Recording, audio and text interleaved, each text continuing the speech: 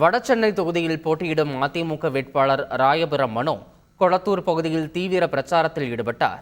அப்போது பேசிய அவர், தனக்கு மக்கள் வாய்ப்பு கொடுத்தால் தென்சென்னைக்கு நிகராக வடசென்னையை மாற்றி காட்டுவேன் என தெரிவித்தார்.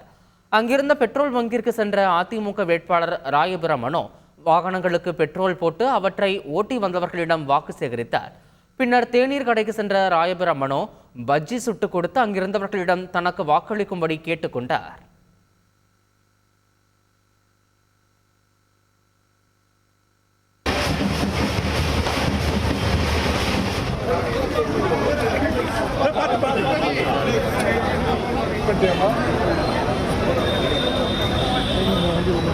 சார் அவர் மதியாண்ணா 4 மார்ச் எல்லாம் மதியாண்ணா